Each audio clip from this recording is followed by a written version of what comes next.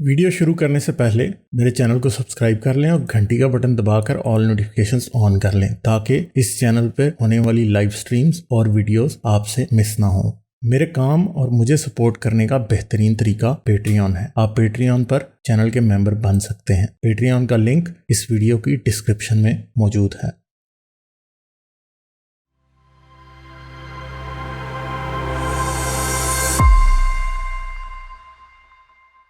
चलें जी, अगर मोहम्मद साहब आए इनसे बात करते हैं। हेलो जी, अस्सलाम, कैसे हैं सर आप? मैं ठीक हूँ जी, आप सर कैसे हैं? इन्होंने तो दिमाग का दही बना दिया है। ये समझते हैं कि जो पहले लोग थे वो बिल्कुल जाहिल थे, यूनानी वगैरह जो इर्द गिर्द के थे उनको कुछ पता नहीं था। और जैसे एक पहले ही आयत को ही लेकर आते हैं सूरह अंबिया की के और काफिरों ने नहीं देखा।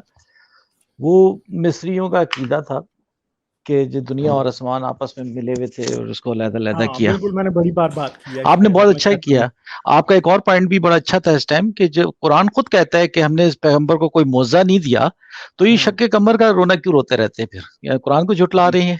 और अच्छा झुटला रहे हैं तो बिल्कुल हदीस से कुरान को झुटला रहे जुटला हैं, रहे हैं ये। और वो भी हदीस से। हदीस से। जी, और तीसरा ये कि अपना वो जो होमलेस की जो बात कर रहे थे ना अमेरिका में, ये लोग कोई फाइनेंशियली क्राइसिस का शिकार नहीं है होमलेस, ये ड्रग एडिक्ट है। मैं यहाँ रहता हूँ एग्जैक्टली। और इनके यहाँ पे शेल्टर होम्स बने हुए हैं। इनको यहाँ कोई कोई बंदा भी डिसेबिलिटी करार दे दे ना, अपने आप को कर दे, तो उस तक को ये वो देते हैं, एक खास किस्म के अमाउंट देते हैं, $1,000-1,500, जिससे वो खर्चा अपना करता रहता है। बहुत से पाकिस्तानियों ने डिसेबिलिटी ली हुई है क्योंकि वो कहते हैं जी हमारी कमर में दर्द है, हमारी गर्दन में दर्द है, हमारे घुटनों में दर्द है, इसलिए हम काम नहीं कर सकते। तो पैसा यहाँ सबको बहुत मिलता है, दबा के मिलता है, कोई ऐसा मसला नहीं है। जो पाकिस्तान का होमलेस है ना, वो गुर्बत की वजह से होमलेस है, वो अपनी फाइनेंशियल क्राइसिस की वजह से होमलेस है। यहाँ ऐसा नहीं है। तीसरा जो आप बता रहे थे इसका उसका अफरीदी का, तो आप ये बताएं कि पीटीआई में कौन सा एक ढंग का मिनिस्टर है?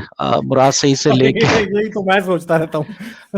कोई इंसान का बच्चा है, वो कोई एक वो फैज, वो पता नहीं फैज अहमद, उसका अहमद फराज का जो बेटा है वो, और वो भी अजीब जाहिल आदमी, उसके बयान। और फैजल हसन चौहान जो है वो एक जाहिल आदमी है।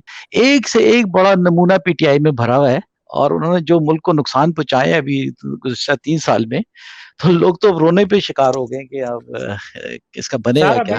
ये आगे नस्लें रोएंगी। अभी हम सिर्फ अभी वाले लोग नहीं रो रहे, आगे नस्लें रोएंगी। आगे अभी डेफिनेटली जो, और ये जिस जो ये नेचर, करिकुलम चेंज कर रहा है, जो ये स्कूलों में इंटरफेरेंस कर रहा है, जो ये हर जगह पे इंटरफेरेंस कर रहा है, इसने स्कूलों की किताबों में नवाज शरीफ के खिलाफ, आपको पता है कि कभी भी ऐसा नहीं हुआ कि लेटेस्ट जो पाकिस्तान स्टडीज की या सोशल स्टडीज की किताब में 10 साल पुराने वाकयात नहीं लिखे जाते। एटलीस्ट 15 से 20 साल पुराने वाकयात लिखे होते थे। यानी जब हम पाकिस्तान स्टडीज पढ़ रहे थे तो उसमें जियाउल हक के टेक ओवर तक लिखा होता था, उसके बाद कुछ भी नहीं लिखा होता था, और ना उन चीजों पर क्वेश्चन किया जाता, क्योंकि तारीख कच्ची होती है। तारीख तब बनती है जब 15-20 साल गुजर गए होते हैं लोगों के, और लोगों के मफादात उन चीजों से निकल चुके होते हैं जो सच्ची होती हैं, फिर ही सच बाहर आता है।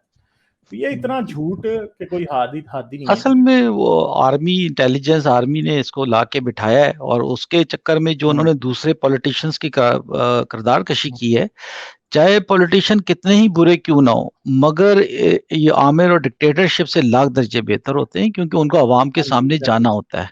और अब में बाद में एहसास हुआ कि ये हम लोगों से भी गलती हुई कि हमने इस बेवकूफ़ शख्स को, एक नाअहल शख्स को जो अपनी फैमिली नहीं रन कर सका।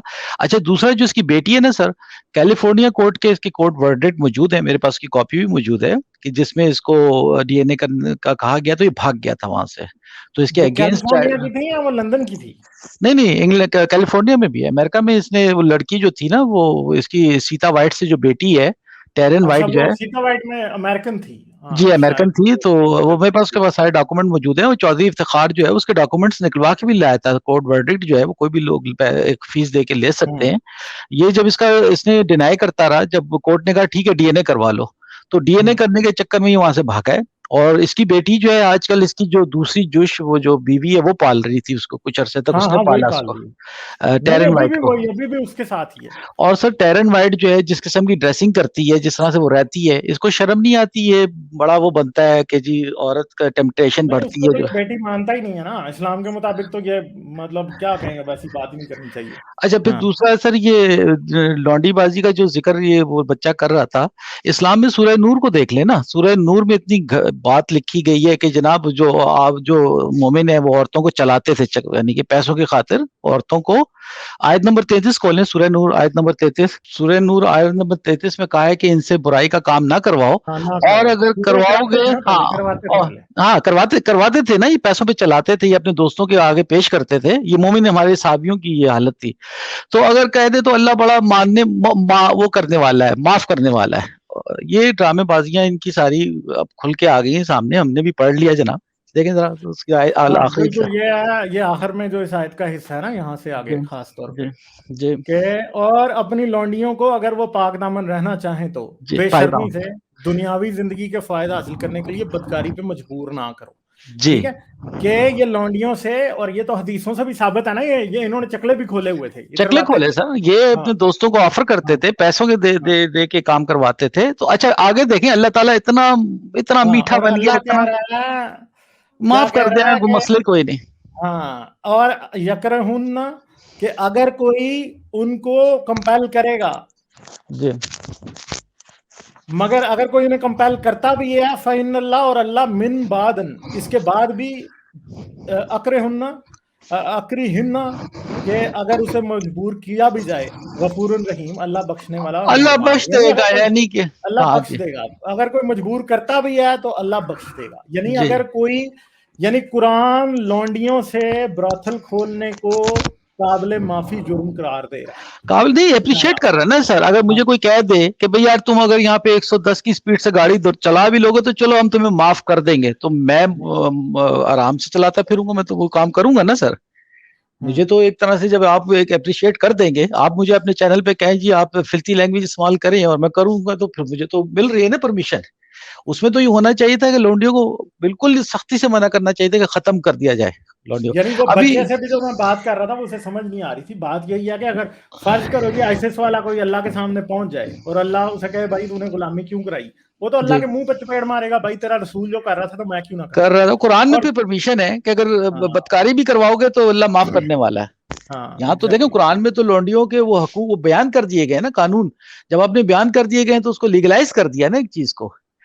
और तीसरे नंबर सर, एक मैं डॉक्यूमेंट्री देख रहा था अभी, सऊदी अरब में एक लौंडी की औलाद से एक बच्चा जो बड़ा हो गया था, तब उसको पता चला कि वो पता नहीं किसी शहजादे का बेटा है, तो इन्होंने उसको यूरोप में मरवा दिया उस बंदे को। मेरे पास उसका लिंक मिलेगा तो मैं आपसे जरूर शेयर करूंगा, पूरी चलें, वो डॉक्यूमेंट्री है आप वो। मुझे जरूर ईमेल किया जी कीजिएगा अगर जी आपको जी, वो आप अगर अगर चेक ये करेंगे ना, वाकया है तो। उसका हाँ रंग थोड़ा सा स्याह था, काला था बेचारा, हम्म, और उसको इन्होंने कत्ल करवाया, इन्होंने अरबियों ने, कि कहीं ये अपनी क्लेम ना कर दे अपनी, यानी कि उसमें प्रॉपर्टी ना इनहेरिटेंस मांग वगैरह, लें। हाँ प्रॉपर्टी ना मांग ले।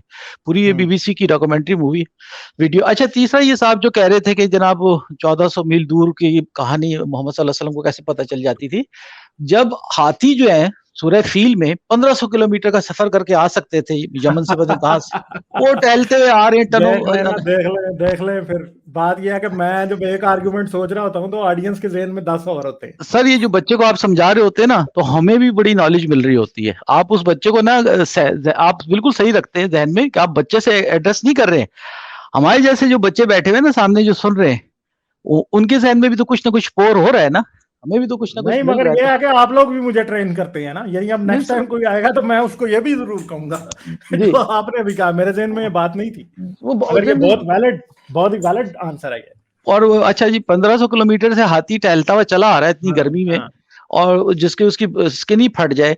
तीसरा, हाथी इतना सफर नहीं कर सकता, और प्लस एक छोटा सा परिंदा कितना बड़ा पत्थर ला के मार रहा है कि हाथी वहां भूस हो जाता है, खत्म हो जाते हैं हाथी। सारी इस किस्म की बातों में ये यकीन कर लेते हैं। अच्छा फिर ग्रीक वाले का था, गैलियन ने जो सब कुछ अपना डॉक्टरी के बारे में बताया था, बच्चा पैदा होने की हाँ। एम्ब्रियोलॉजी के बारे में, गैलन की गैलियन ने एम्ब्रियोलॉजी सर, कुरान में कॉपी जी, है। तो वो भी तो इन्होंने डाली है ना वहां पे, वो भी रॉन्ग है, ठीक है वो एब्सलीट हुई हुई है, गलत, जिस इन्होंने कॉपी, जो जब देखें जो नकल करता है ना वो हमेशा गलतियां जरूर करता है, क्योंकि अपना अकल नहीं इस्तेमाल कर रहा होता वो। तो काफी सारी चीजें जो है इसमें अगर आप इसको डिस्कस करते चले जाते हैं तो लोग जो सुनते हैं बाद में भी आपकी जो वीडियो सुनेंगे तो उन्हें पता चल जाएगा कि ये साहब जो आ रहे थे इनके पास कोई दलील नहीं थी। और सर वो डैनियल हकीकतचू का जो मैंने प्रोग्राम देखा बहुत जबरदस्त उन्होंने किया हारिस ने, और डैनियल हकीकतचू को ड्रैग करके वहां लेकर आ गए। जो बातें फ्री थिंकर करते हैं वो डैनियल ने एक्सेप्ट की सारी, कि हाँ जी गुलामी लॉन्ड्री का ये मकसद था, बच्चे पैदा करना था और फलां करना था। और अच्छा फिर वो कह रहे हैं जी गुलामों को कॉर्पोरेट के जो स्टाफ है उससे कंपेयर कर रहे हैं। कोई इंसानियत है यार वो ये कॉर्पोरेट कह में रहे कोई। हैं कि कॉर्पोरेट कल्चर में भी तो मुलाजमों को मारा जाता है ना हाँ यार, कोई बताओ हाथ भी नहीं लगा कौन सी कॉर्पोरेशन मार रही है? पता बता नहीं। जरा। अच्छा दूसरा उसने कहा था कि अगर मियाँ मारता है तो वो तो बुरा नहीं है, वो वो तो कह उसका रहा प्यार है आप करना। क्या चाहोगे, आप क्या चाहोगे कि स्टेट मारे बीवी को या मियाँ मारे? मतलब सर यहाँ पे तेरी अमेरिका में यूरोप में कोई बंदा एक हल्का सा अंगूठा भी लगा दे ना औरत को तो समझे उसकी जिंदगी का बेड़ा गर्क हो जाता है। उसको हाँ इतना कानूनी कॉन्सिक्वेंसेस फेस करनी पड़ती हैं, इतनी प्रॉब्लम होती है कि वो बंदा कहता है कि मैंने ये गलती की क्यों। अगर औरत कॉल भी कर देती है ना पुलिस को तो वो बंदे की जिंदगी अजाब में मुब्तला हो जाती है कि जी इसने मुझे फिजिकल हर्ट किया है या मुझे वो किया। तो कौन सी स्टेट मुझे ये बताएं, इससे बताएं कि मारा जाता है या जेलों में उनको मारा जाता है या कहीं मारा जाता है जो कानून के जेल में थ्रू भी नहीं जो मार सकते। वो जो लिंडी इंग्लैंड थी ये जिसने अबू गराब जेल के अंदर मुसलमानों के साथ कुछ ऐसी तस्वीरें ली, वो औरत खुद जेल हो गई हुई है। बिल्कुल डेफिनेटली सर। एक और दूसरा मैं आपको बताऊं, ये जो अभी जॉर्ज फ्लॉयड को मारा गया था पुलिस मुकाबले में गया था, वो बंदा जो था एक मुजरिम था। 5 साल वो एक जेल में रह चुका था, कंटिन्यू उसकी स्टोरी मुजरमाना उसका बैकग्राउंड था, और वो मुकाबले में मारा गया है। तो उसके ऊपर भी इतना यहाँ हंगामा हुआ है, 5 मिलियन से ज्यादा उसको उसकी फैमिली को कंपनसेट किया गया है, और पूरी जो अमेरिकन वर्ल्ड थी यानी कि जो आवाम थी वो सरापा एहतजाज बन गए और पुलिस वाले को उठा के उन्होंने जेल में डाला है। तो ऐसा नहीं है कि यहाँ पे वो कानून उस तरह के लागू हो रहे हैं जो ये ड्रामेबाजियां करते हैं ना जिस तरह की, कि जी ये ऐसा हो जाता है वो हो जाता है कि वो यहाँ पे मारा जाता है, स्टेट मारती है। हकीकत चूंकि जो चेहरा इन्होंने खोल के बयान किया ना सर वो बहुत शानदार रहा। वो प्रोग्राम उसके लिए नुकसानदेह साबित होगा। हाँ तो चले चले, चल मैं आगे चलता हूँ। बहुत शुक्रिया आपका, फिर आप थैंक यू जरूर सर। आइएगा। ठीक है, जी आप वक्त का में मुकाबला सख्त है, जी जी काफी मेरे लोग डेफिनेटली हैं आई एम बारी रियली बारी। अप्रिशिएट कि हाँ आपने सबको चले चांस ठीक है, दे रहे बहुत शुक्रिया, फिर आइएगा जरूर आप। हैं। ठीक जी है, जी थैंक बहुत अच्छा थैंक लगा आपसे बात करके। Okay okay, thank you. मेहरबानी। जाने से पहले मेरे चैनल को सब्सक्राइब कर लें और घंटी का बटन दबाकर ऑल नोटिफिकेशंस ऑन कर लें ताकि इस चैनल पर होने वाली लाइव स्ट्रीम्स और वीडियोस आपसे मिस ना हो। मेरे काम और मुझे सपोर्ट करने का बेहतरीन तरीका पेट्रियन है। आप पेट्रियन पर चैनल के मेंबर बन सकते हैं। पेट्रियन का लिंक इस वीडियो की डिस्क्रिप्शन में मौजूद है।